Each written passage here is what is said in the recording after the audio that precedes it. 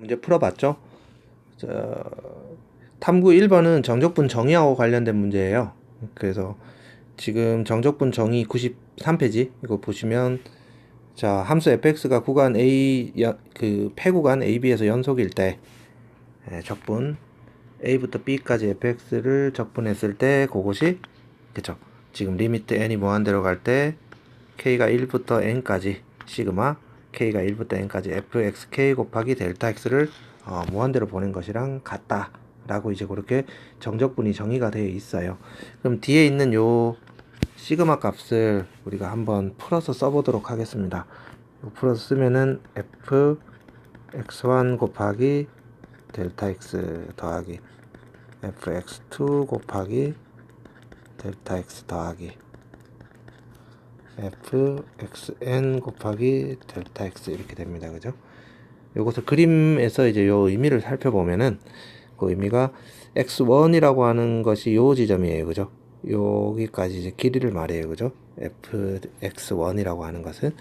그리고 요 사각형의 아래 폭, 그러니까 A부터 B 구간까지를, 폐구간 AB를, 그쵸, N개의 구간으로 이제 소구간으로 쪼갰다라고 얘기를 했어요.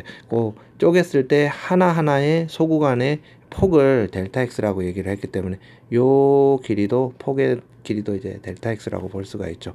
그 두 높이와 폭을 곱한 거니까 요것의 직사각형의 넓이를 의미합니다. 그죠? 자, 그리고 fx2 델타 x라고 하는 것은 지금 보세요. fx2는 요 높이를 말하죠. 그리고 또 폭은 동일하게 이제 델타 x라고 했으니까 요 사각형의 넓이죠. 똑같은 방법으로 n번째 사각형의 넓이를 요렇게 이제 우리는 정의를 내렸다라고 볼 수가 있는 겁니다. 그걸 전부 다 합친 거니까 밖으로 튀어나가 있는 요 이제 사각형의 쪼개진 직사각형의 넓이들을 다 더한 것이 이제 이 뒷부분의 의미다. 이것이 뭐랑 똑같다고요? 그쵸? 요 A부터 B까지 요 곡선의 아랫부분을 이제 적분해서 면적을 구한 값이랑 동일하다라고 얘기를 하고 있는 겁니다. 자, 요것이 이제 정적분의 정의다라고 얘기를 하고 있는데, 근데 탐구 1번은 요 앞에 있는 건 위랑 동일하죠. 정적분의 정의랑 동일하고. 근데 이제 그거 정적분을 다른 방식으로 하나 정의를 해보자.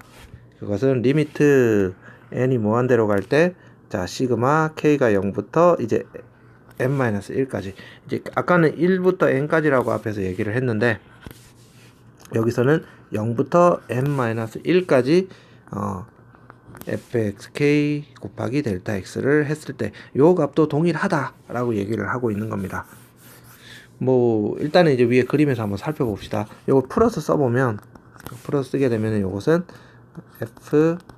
fx0 곱하기 델타 x 더하기 fx1 곱하기 델타 x, 그리고 fxn-1이죠. 이번에는 곱하기 델타 x 이렇게 됐다 라고 보이는데, 지금 앞에 요 fx0 값은 여기를 의미합니다. 그죠? 그리고 델타 x 폭은 똑같아요.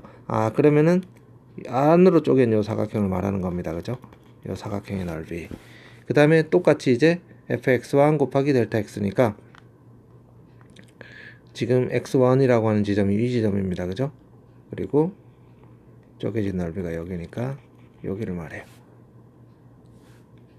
이렇게 해서 쭉 가서 마지막에는 fx1이 요 높이를 말합니다. 그죠? 그리고 쪼개진 건 폭은 델타 x니까. 그러니까 이것은 이제 안으로 쪼갠 사각형, 좀 작은 사각형인데, 상식적으로 생각을 해보면 이 사각형의 길이가 사각형의 이제 폭이 계속 작아진다라고 생각을 해봐요. 작아진다라고 생각하면 여기 남는 구간이라고 튀어나가는 이 부분의 넓이가 점점 작아지겠죠. 그럼 이제 무한히 이제 사각형의 그 폭을 작게 이제 쪼개게 되면은 이제 거의 선에 가까운 형태가 나오게 되고, 이런 선들이 요렇게 이제 합쳐서 세워지게 되면은 남는 부분들이 없어지게 돼서 적분하고 같아진다라고 보이는 겁니다.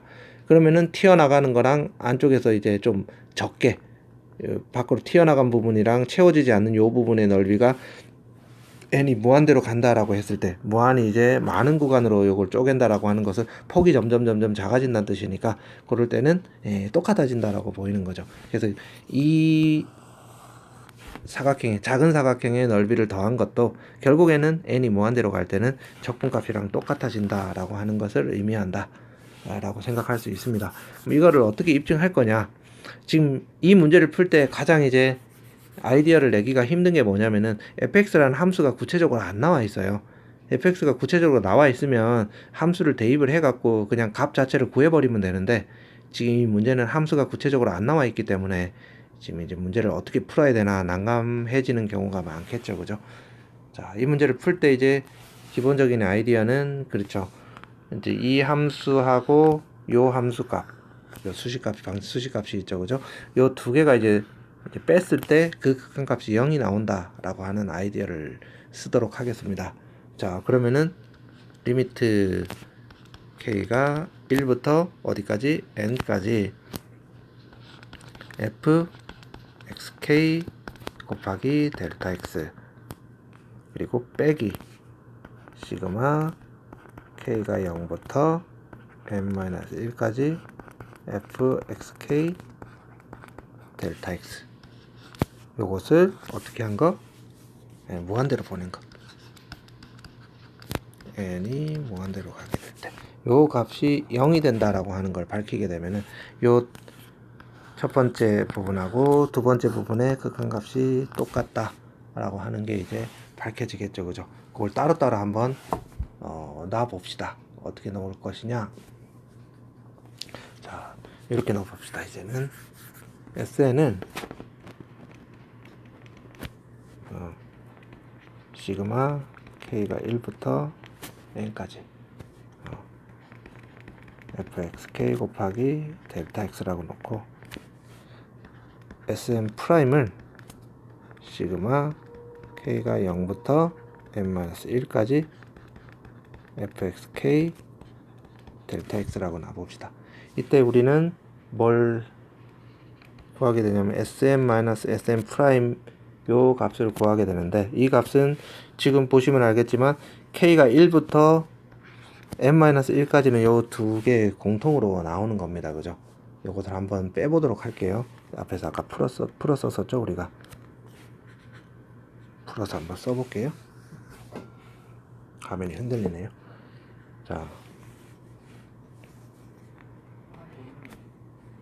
자, 풀어서 써보면